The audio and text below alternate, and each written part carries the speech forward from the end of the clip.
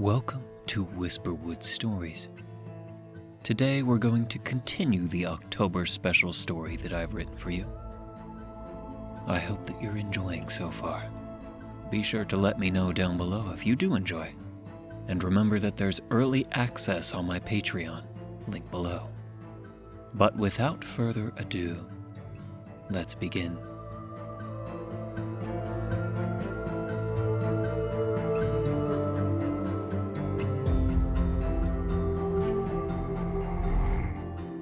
The Ghost Wrangler, Part 3. I darted up from my chair, but Carl only smiled. He moved at an inhuman speed, and I was forced to sit again before I could so much as think. His proximity assaulted me with that devilish grin. "Who are you?" I said. Fiery light crested up where the hand held me down. It traveled over Carl's body, seeming to burn away skin until a different form was revealed.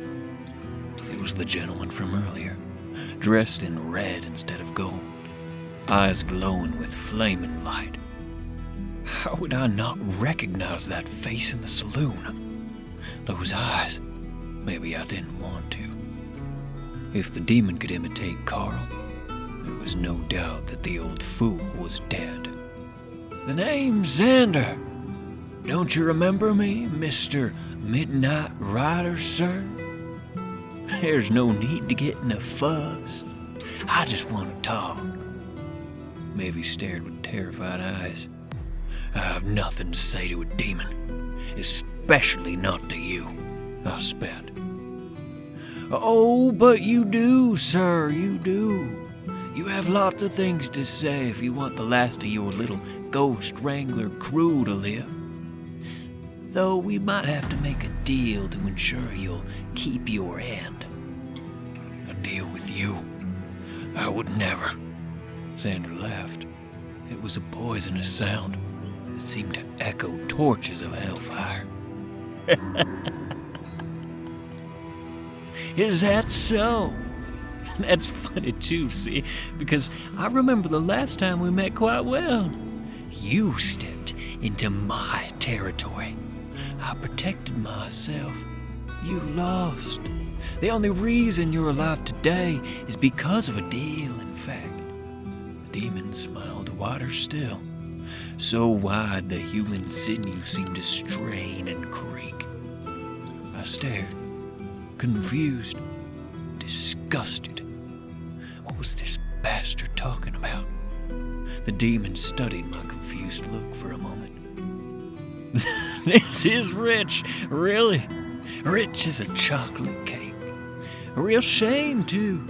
You don't even know the full extent of what your brother did for you. What he sacrificed."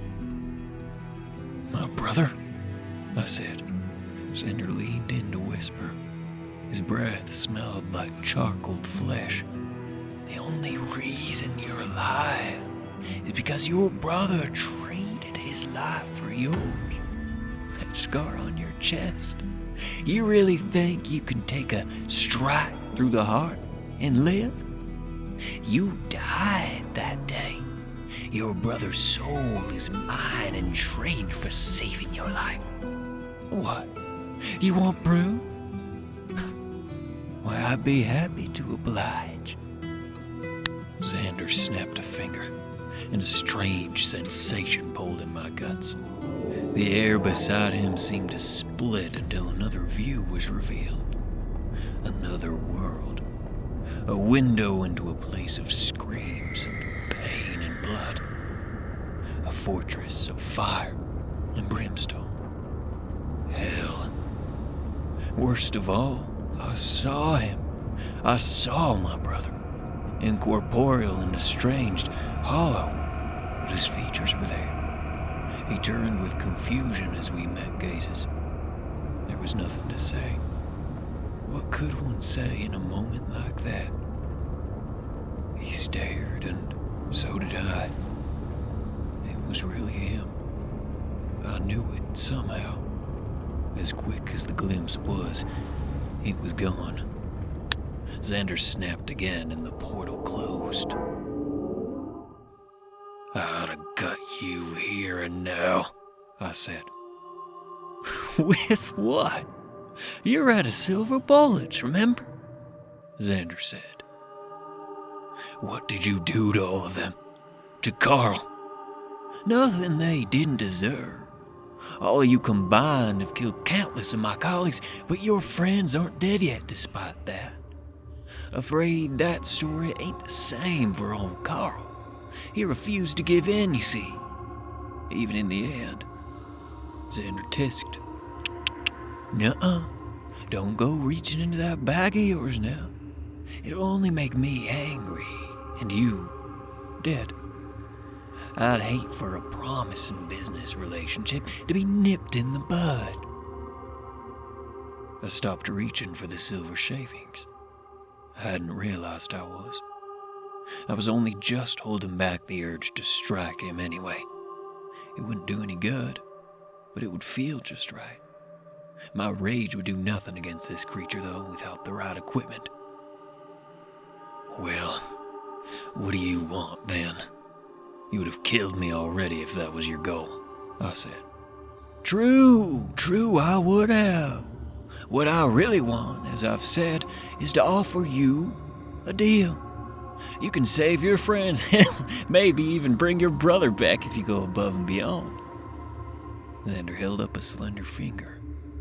You just have to do one little thing for me. Just one. It's never that simple with a demon, Maeve interjected.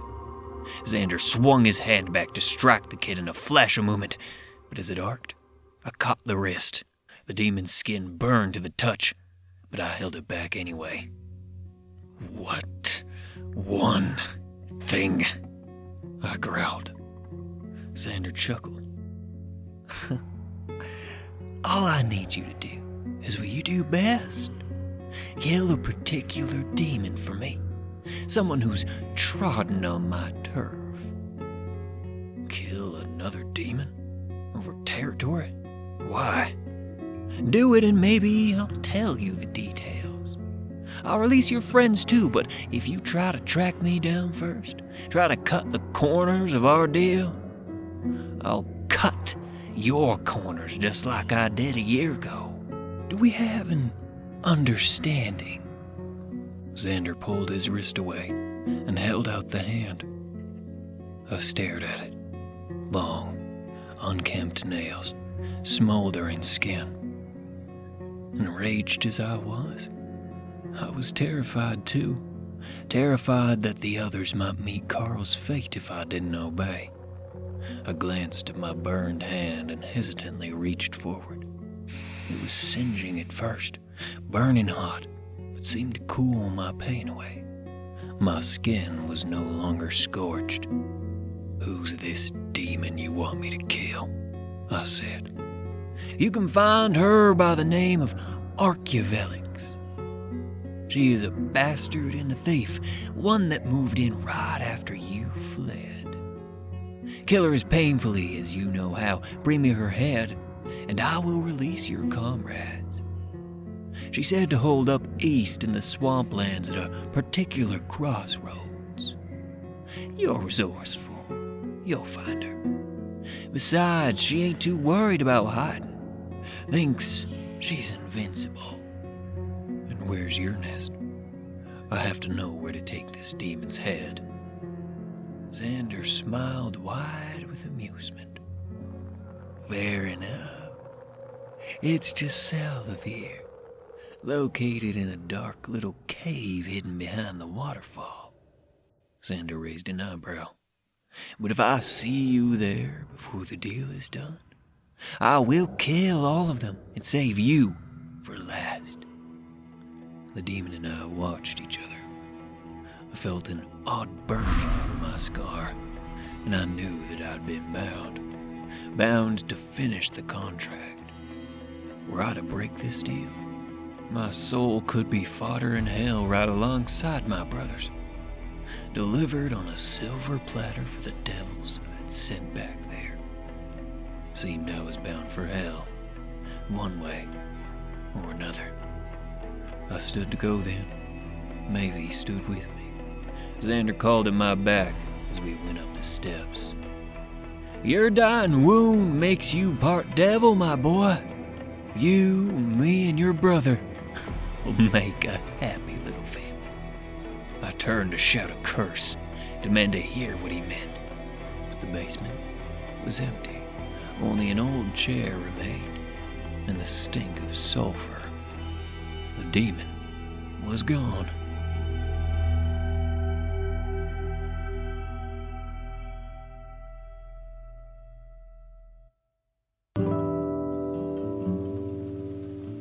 I was kicking myself as we went across town.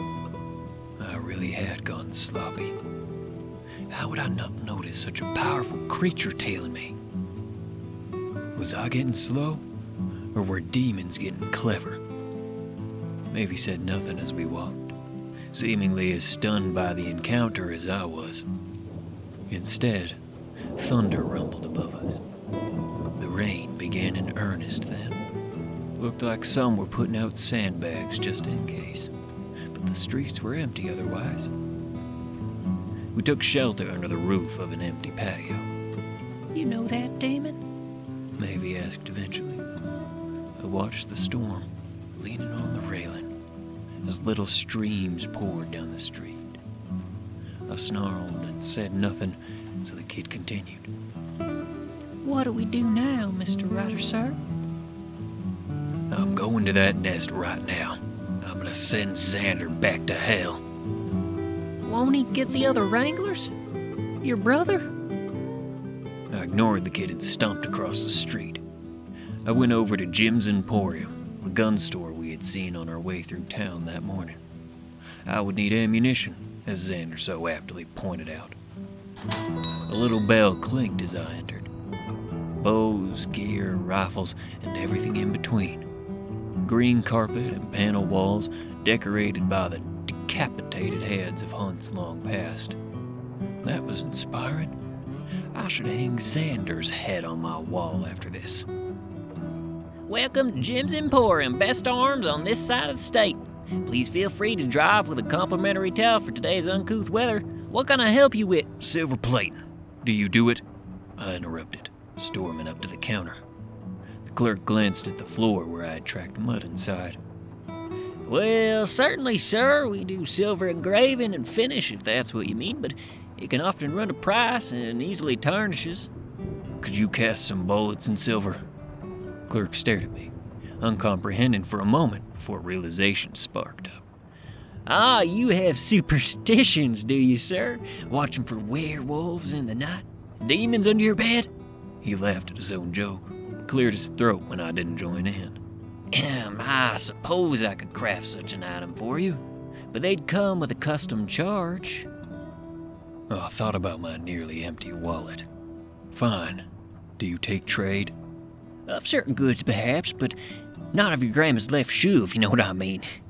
What caliber will you need? I set my revolver on the table. 45, is it? All right, I can cast some new bullets. Give me an hour, and my assistant and I can help you get a new box of 10, say $10? Or something equal in trade. What have you got? I wrinkled my nose at the outrageous price, but I needed them fast. I wouldn't have much time to get the drop on Xander. I opened my mouth to barter when Mavie tugged on my frock. The kid stepped up and held out two $5 bills to the clerk. Make it 12 bullets and you got a deal. Clerk smiled. He took the money. Teaching them young, are we? That's good. The world's quickly becoming a banker's paradise. 12 bullets it is. Give me an hour. Feel free to browse in the meantime. The clerk walked into a back room and shut the door. I looked down at the kid. Where's that money from? Oh, you know. I may or may not have swiped it back from the bartender on our way out this morning. We got $10 left now. The kid held up a fist of bills triumphantly. I scoffed and smiled to spite myself. That's what they get for flaunting a high-stakes game in the open, I muttered. We browsed through the shop's expensive weapons collection and stared at the promotional sign that said, 245 Colts for $45. Embody your favorite Wild West hero. After an hour, the clerk returned. He placed a box on the table. Here you go. 12 silver-cased 45s. May they serve you well in your endeavors. I was about to take the box when the kid tugged on my frock again. I tried to ignore maybe, only to hear their voice in my head. Mr. Ryder, sir, this man is a liar. He's selling you steel, not silver. I frowned. Are you sure? I thought. Maybe nodded. The clerk stared at us all the while, face plastered with a customer-friendly expression. Is there a problem, sir? I opened the box and pulled one of the bullets out. They were silver in color, but it wouldn't be the first time I'd been skimmed with polished steel. No harm in scamming someone who couldn't tell the difference. After all, monsters weren't real anyway. I pulled an unlit sulfur match from my pocket and wiped the residue onto it slowly. Whoa, what are you doing there, sir? I wouldn't put a match near that lit or not, the clerk said in panic. I held up the now sulfur-coated bullet. Let me tell you a story. In about a day, this bullet should tarnish. If it doesn't, however, I clicked my tongue, I'd be back. I need real silver, you see, not polished steel. Clerk swallowed. What are you saying, sir? Is that a threat? Promise me these are real, whole silver, and you won't have to worry about a thing. How do you want this story to end? He seemed to think for a moment, glancing at his back room. He plucked the bullet from my hand and took the box. You know what? Let me just go double check that my employee did it right. You can never be too sure with new hires. I think 13 bullets instead would level out any offense caused, Mavie said slyly. The clerk chuckled nervously and went into the back room. Nicely done, kid. You might be handy to have around after all. Mavie smiled. Eventually, a new box was brought to us. Oddly, much quicker than the first. 13 shining and silver-coated bullets that the clerk swore up and down were correct. Mavie seemed to believe him, so we left the store with the kids skipping after me. What now, Mr. Ryder, sir? We go kill that demon, of course. Oh, good. I don't know why Xander wants her dead, but we have to save the other ghost wranglers, right? I'm glad you changed your mind. Not her, I said. I'm going south of here, right to that thing's nest. I'm gonna take back my comrades here and now. The kid ran in front of me and stopped. Mr. Ryder, sir, you can't really mean to go up against Carl. That thing is not Carl, I snapped. Right. Sorry, I forgot, but... I walked past Mavie. The kid ran up to my side. Mr. Ryder, sir, that demon is a real sort of powerful. If you go up against him right now, you ain't making it out to the other side. What about the other wranglers? You don't know the things I've killed. I've downed creatures twice his strength and cunning. With all due respect, Mr. Ryder, sir, unless you've wrestled a bloodthirsty shark, I don't think you have. I stopped and stared at the kid. Hear me out. Mavie stammered. You couldn't sense Xander's full strength. So strong that he even hid it from me for a bit. That was definitely him in the saloon. Like he said, he made the deal with your brother, right? That gives him a connection with you. What would you know about my brother? Nothing, Mr. Ryder, sir, nothing. But if you really think going up against Xander is going to save your friends, you're mighty mistaken, I think. Plus, you'd be going back on your deal, and that's not good to do with a demon. I stared at the kid's genuine eyes and took a deep breath. As much as I hated to admit it, Mavie was right. Charging in there would do little for me or them or my brother. I thought of the shiver that crossed my spine in the saloon last night, the strange dreams I had. If it really was true that this demon had saved me because of a deal, he did have a connection with me, one I didn't entirely understand despite my knowledge. It wasn't something you wanted to be familiar with. I wrinkled my brow and headed down the street. Fine. I could kill Xander's mark, but I'd be after him the moment my comrades were free. Let's go, then. There's some other errands to run, so we'll leave town tonight. We'll have a lot of ground to cover to hunt this Archaeovelix. Mavie smiled. We went through town and stopped on a few errands. We spent $5 on excess army rations, double what I usually spend, but I had the kid to feed. I stocked up on silver, garlic, and also got a silver mirror to make broken mirror shards. If this other demon was even close to as powerful as Xander, I'd need every advantage. What's that for? Kid said as I collected the shards. Demons have a particular aversion to silver mirrors. Makes for a good weapon at a tight spot. The kid started scribbling on a little notepad we had bought in the general store. What's that for? I said. Taking notes. I'm your apprentice, ain't I? I'm here to learn. And I've got something else for you to learn. You're not safe around any demon, let alone these ones. You should get out of here while you still can. I can handle this. Mavie shrugged. Where would I go, mister?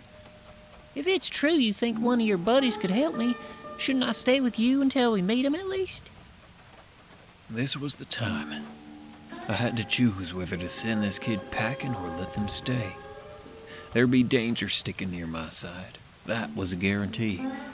If they left, well, I suppose they'd be in just as much danger. After all, did I think that this Xander bastard would simply let the kid go? Maybe he'd seen him, heard where his nest was. I could almost feel his devils staring from the alleys, waiting for me to abandon the kid so Xander could have a quick meal, or add Mavie to the list of hostages. I glanced at such an alley as the rain slowed. I shook my head in exasperation. Fine. You can stay with me.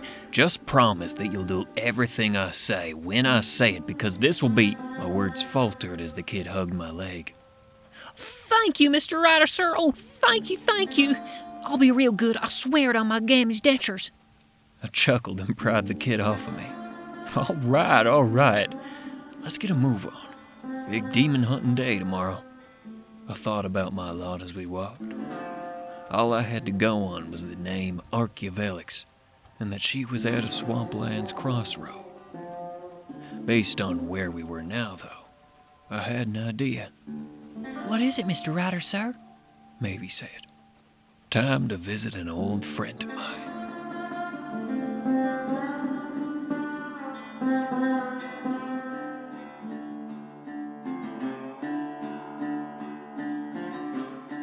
What do you mean I need a horse to leave here? I demanded of the postman, annoyed at yet another delay. Sorry, sir. It's the rules. You want to ride by trade slip, you gotta leave your own animal here for collateral. State's had too many horses wander off and never return. I cursed and looked out over the evening horizon. Surprisingly, it didn't hold the answer to my problem. The postman continued.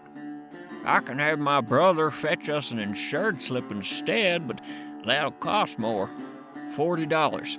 That a horse for collateral, otherwise I'm afraid I just can't fill one out. I headed outside without a word, and the postman called to my back. Sorry, sir. Them's the rules. The door closed, and I met back with Mavie, who had been waiting outside. The kid must have read the look on my face. What do we do now, Mr. Ryder? I thought for a moment. The town was quiet at this time of day. Not many prying eyes or over-interested parties about. We give it a breather and come back in an hour. He won't miss the horse until morning. The kid looked confused. Are you saying that we... Oh. It irked me to waste yet more time, but it had to be done. If I had a post note, we could trade horses and make it to Stockton in a few hours, but on one horse our arrival would be early morning at the quickest. Wait we did, and the hour did pass. People going off to bed, the sky dark now. You have to be real quiet, understand? Follow right behind me and don't touch anything unless I say, I whispered. The kid nodded, miming the same lockup of their lips. Hanging by the front door of the trading post, a lit oil lantern creaked as it swayed in the breeze. The postman whistled as he stepped from the office door, locked it, and left the building unsupervised. I urged the kid on once the man was out of sight. A sleepy town with little reason to set bombing patrol. Thing was, they probably would after this. We snuck around the office end of the trading post to behold a grazing field instead of stables. The horses were in there as of now. I slid in between the logs that made up the fence, and the kid followed. We crept over to the barn doors. "Here's the stable we'll use," I said, then cursed. Of course there was a damn lock. We just have to get inside somehow. Get the key from the office? Before I could say anything more, though, the kid stepped forward. I got this, Mr. Ryder, sir. Mavie pulled out a leather wrap from their pack that folded out. It revealed a small set of tools that the kid set to the lock in a moment. "Well then, you have all sorts of thieves' talents," I muttered. Luckily for you, it seems, Mavie returned. The tools tipped and tapped against the rough mechanism as I waited. I suppose that in this last year without my brother, I should have picked up some of these skills for myself, but he had always been the one that I could rely on for where my know-how lacked. I don't think it's gonna work. Big Oil ain't just gonna let themselves be split up no matter what the government says. I turned in alarm at the voice. It was an intruder. Well, we were the intruders, but it was intruding on our otherwise smooth intrusion. "Hurry it up, kid," I hissed. What about the Sherman Antitrust Act? A company can't just starve out the economy because of its own greed. More and more things need oil every day. I'll have to oil these horses before too long, mark my words. Yeah, but why not let a man keep the money he earns fair and square? That's what I say. We all know you understand economics about as much as you understand courting women. Perhaps you should leave the real discussions to the adults. Kid got the lock undone just as the two men stepped from an office back door. We rushed inside the stable, pushing the limits of what movements we could make and still be quiet. Just because you have an impressive 2 ex-wives doesn't mean you know more about courting. I think Mama was right when she said, "What the hell? Did you leave the stable unlocked?" Mama never said that. No, you bumbling idiot. Did you leave that stable unlocked there? Surely not. I locked them all up before I walked into town.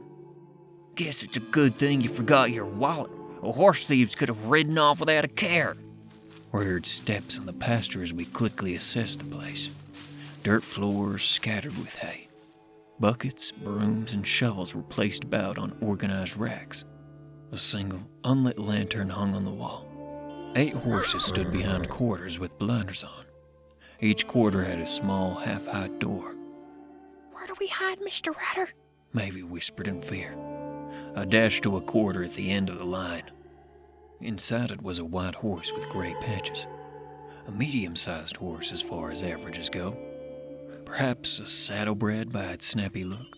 I opened the door and Mavie rushed in alongside me. We crouched behind it as the steps came closer. One of the men grabbed the lantern and lit it. Orange light flooded the stable.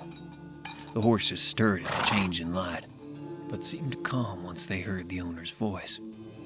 Easy now, just checking on things. I'll be out of your mains in no time. Hello? Anyone in here? The postman called the last. What, you think a ghost got in? No, you moron. What if someone was really trying to steal a horse? In this town? We ain't in the Wild West days anymore, ain't you heard? Rangers wrapped up the rest of the outlaws years ago. Ain't you heard? An outlaw escaped Cornerville just yesterday, and now they say that the same man intimidated Jim for some ammo. The lawmen are turning the town over. I'm gonna check. The postman crept across the stable. The light reached closer and closer to our little gate. The kids started whimpering, and I flashed a finger to their lips.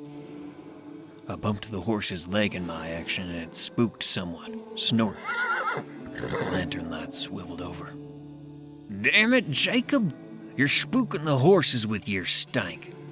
Get your ass out here so we can lock up already. The postman seemed to pause for one more moment, a moment in which I held my breath.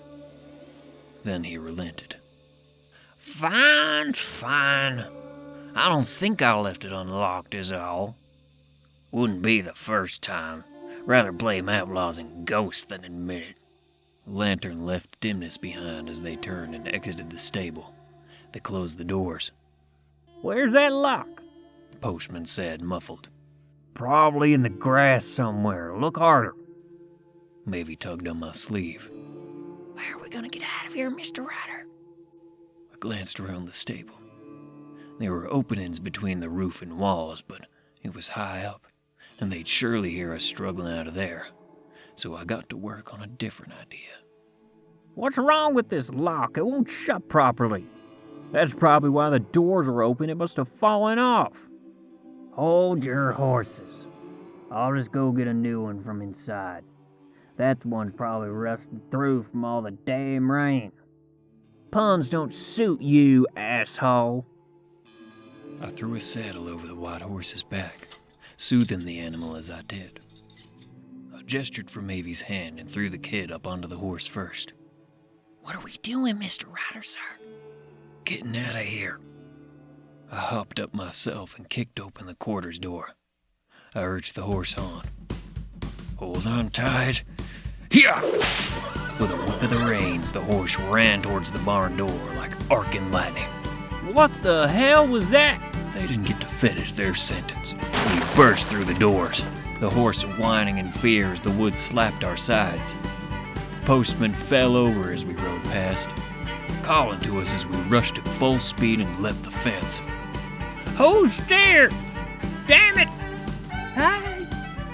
I smiled. I haven't lost my touch after all. The kid whooped and hollered as we went east down the road, towards our destination, Stockton and old friends. Here we come.